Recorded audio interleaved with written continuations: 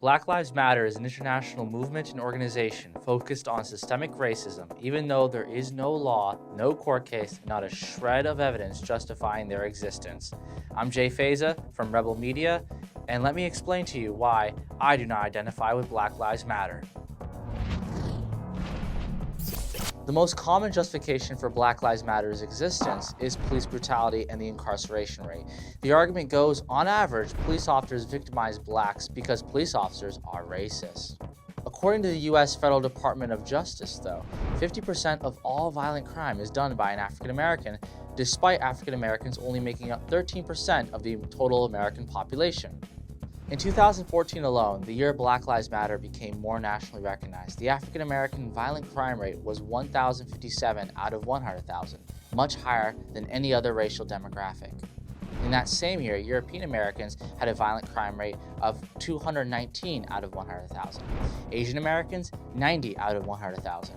If African Americans make up to 50% of violent crime, is it any surprise then that their incarceration rate is similarly high, representing 40% or higher of the total prison population in any given year?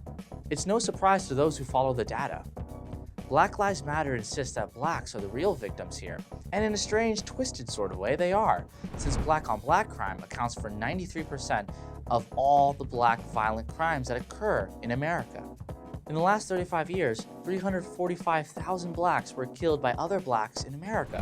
I mean, we could have a conversation about the militarization of the police, the practice of carding, and police misconduct in general, but is there a nationwide conspiracy, an effort to victimize and single out African Americans? Nope. The reality is, violent crime in the African American community is the problem. If Asian Americans had anywhere close to the same level of violent crime as African Americans do, they would have the same number of police encounters and incarcerations. In fact, according to the National Crime Victimization Survey, the percentage of blacks arrested and later incarcerated for violent crimes is consistent with police reports regarding violent crimes. Another common justification for Black Lives Matter's existence is the rate of unarmed deaths by the police. The argument goes, unarmed blacks are disproportionately killed. In their mind, that means A, they could have been restrained without using deadly force, or B, they were innocent. The term unarmed, though, just means you don't have a gun. It doesn't mean they're innocent. It doesn't mean the cops could have restrained the person without using deadly force. For example, the perpetrator could have been threatening the life of another person, and that's why the cops chose to use deadly force. Maybe the perpetrator was using another type of weapon, a knife, car, etc. According to the U.S. Federal Department of Justice, in 2015, just 102 unarmed African Americans were killed by the police. That same year, though, 500,000 violent crimes were committed by, you guessed it, African Americans.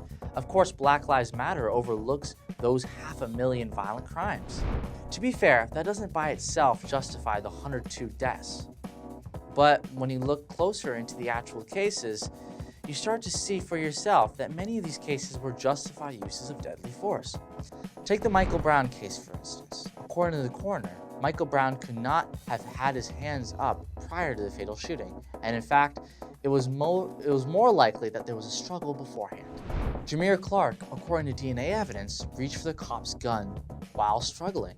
Mario Woods, gang member, stabbed the victim beforehand, was pepper sprayed, and then finally, as the video clearly shows, the police killed him because he approached a cop with a knife.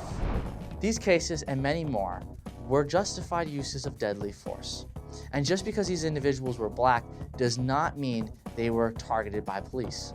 There was a study published in the Journal of Experimental Criminology that proved police officers were less likely to shoot blacks. In fact, police officers who were black were more likely than police officers who were white to shoot black perpetrators.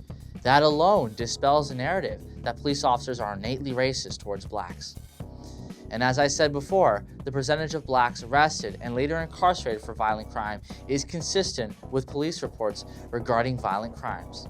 Yet Black Lives Matter continues to exist, even though they have a completely, factually misguided narrative.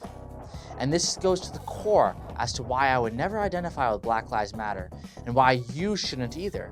The movement is built on a false narrative of perpetual victimhood that sometimes produces hatred. If you liked what you saw, please subscribe to the Rebel.media for more content.